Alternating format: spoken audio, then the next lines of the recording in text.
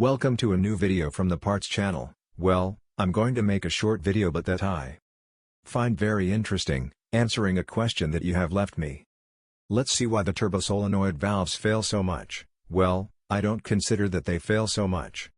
Let me explain. A solenoid valve, throughout its useful life, has been working thousands, and thousands, and thousands of times. A solenoid valve, which is also known as a solenoid, is an electromagnet and is continuously receiving current, and what happens? It happens that this electric current causes the solenoid valve to heat up and cool down, heat up and cool down. You can check this with the engine cold, because the solenoid valve will be cold, and with the engine hot, you touch the solenoid valve, and it is hot. These temperature changes produce expansions in its internal part.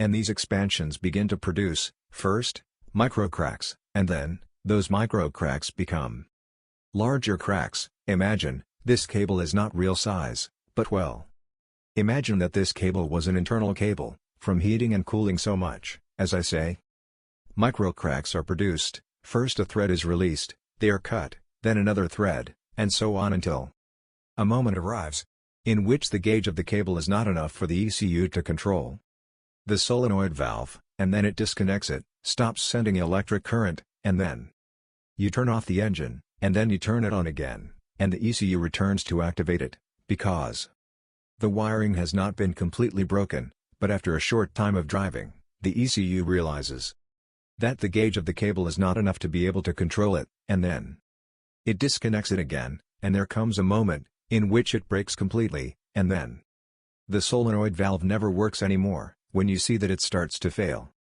as I say, it should be changed. Well, I hope that with this example, this video has been useful to you, and if so, don't forget to give a like and subscribe to the channel.